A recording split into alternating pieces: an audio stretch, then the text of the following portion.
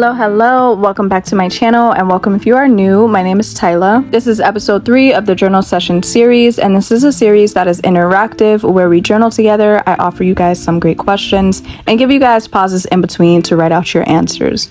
So today's topic is all about a growth mindset, so grab your pencil, paper, pen, whatever you need, and let's get into it. First question: how can you shift your thinking to have a growth mindset? In my opinion, this question really starts this session off with a bang, because guess what? If you don't have a growth mindset, you have the opposite, which is a lack mindset. And that is not going to help you to achieve the things that you desire. It's not going to help you in order to grow, become a better version of yourself, or just grow anything that you're working towards as well. So in order to really cultivate a growth mindset, I would definitely say to start appreciating the journey, because overall, we're not going to always be on the up and up. Things aren't always going to go our way. And we are going to have seasons that are going to be very difficult. That's going to seem like things are not working out, or maybe I shouldn't do this. But when you have that growth mindset, it really helps you to overcome any and everything that you experience, especially once you start looking at those challenges as an opportunity for growth, because that's really all that there is. You start seeing that things really are always working in your favor, even when it seems like it's working against you. So with that being said, always change your perception on the things that happen to you and see it as it's happening for you, because in those opportunities, even in our lowest moments, it's teaching us lessons that are helping to propel us forward and help us to become the best version of ourselves. So the answer that I wrote is that I can start shifting my thinking and releasing a lack mindset. I can envision growth within all areas of my life instead of having a small-minded belief about ideas or things that I want to accomplish, and have a more expansive perception. Second question: how can you reframe your mindset to view failure as a natural part of the learning process and use it as an opportunity for growth?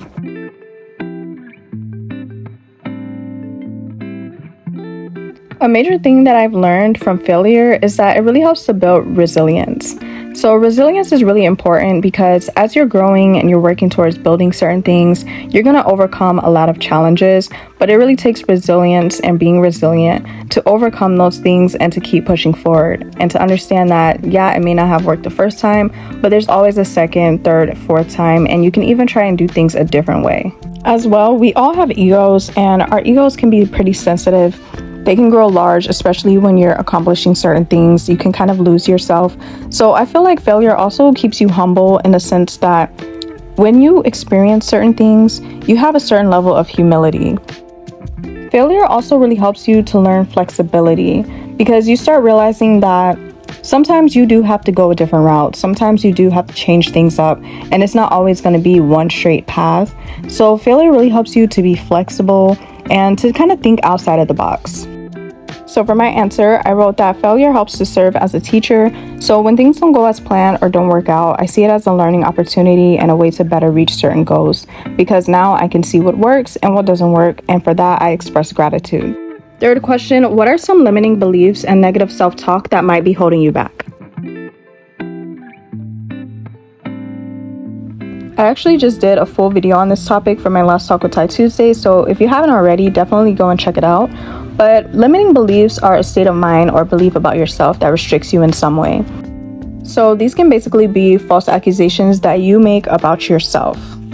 So to give you guys a couple examples of some limiting beliefs, examples like I'm not ready, I'm not good enough, I'm not qualified enough, I'm not creative enough, I'm not talented enough. All of these are limiting beliefs.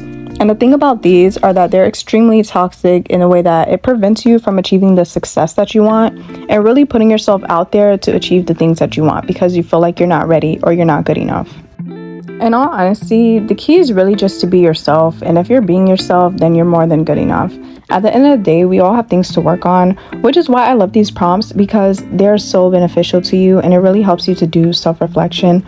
So you can work on those aspects and heal yourself. But the most important thing overall is to love yourself at each phase, and to be patient with yourself, kind to yourself, and acknowledge the fact that regardless if you have things about yourself that you need to work on and fix, you're still a whole human being. You're still whole, you're still worth loving, and you're still more than good enough.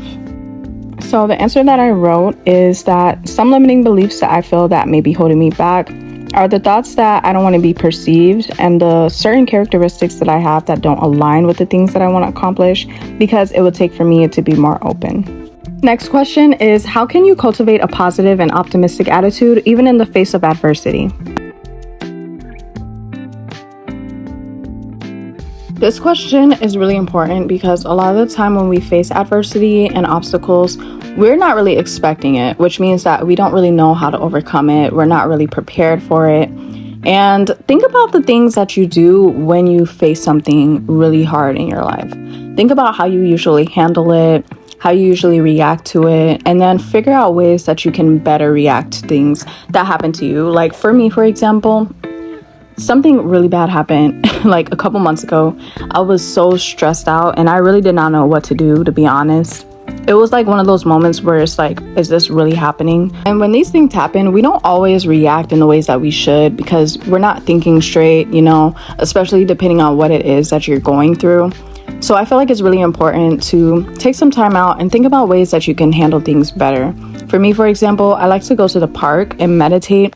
Something so bad happened to me not too long ago, and I decided to go meditate at the park. Now, I honestly did not know what was going to come from it, and I didn't know if meditating at the park was really going to help because it was that bad. But I was like, I'm going to give it a shot. Nature is really healing, and that's why I like to go out in nature when I'm stressed. So, in all honesty, I found that it did help me, and everything literally ended up working out. Now, this was literally like a miracle for me because I did not expect it to work out the way that it did, but I chose to just have that faith instead and understand that even though I couldn't understand why the situation was happening, it's for a bigger reason, and everything always works out in the end. So the answer that I wrote is that although I may not understand why something's happening, I can know and have faith that all things happen for a reason, and it always sorts itself out. And last but not least, what are some ways that you can seek feedback and constructive criticism to continue growing and improving? When it comes to this question, I really want you guys to not think from a place of ego. It's so important to not allow your ego to get in the way of the things that you do, because it really will sometime, especially if you don't center yourself and you don't take the time to actually push your ego to the side. But constructive criticism will honestly help you in so many ways, because sometimes you can't see certain things about yourself, and it really takes somebody on the outside to say, hey, you're kind of slipping in this area, or hey, you kind of need to work on this. And in all honesty, you should really cherish people like that, because if they care enough to point out something that you need to work on, that's somebody that really cares about you. Because a lot of people, they will see certain things about you that they know you need to work on or fix, and they won't say anything because they don't want to see you get better. So don't let your ego be so big that you can't take advice from somebody, and always be a student to life. This is one thing that I've learned as well. It's okay to not know everything. It's okay to be wrong at times. It's really important because when you really put your ego to the side, you learn so much more. And knowing more in turn is going to help you to become a better version of yourself. So the answer that I wrote was super short and sweet. I just wrote that by taking every piece of constructive criticism and self-reflecting, using it as an opportunity to heal, expand, and change for the better. So that is it for this video. I enjoyed today's session. I really hope that you did as well. Thank you so much for journaling with me. If you did, I am so proud of you, because this has really helped me to heal so much. And I'm really looking forward to our upcoming sessions. If you enjoyed, give this video a thumbs up. Subscribe if you're not already. And I will see you guys next time. Peace out.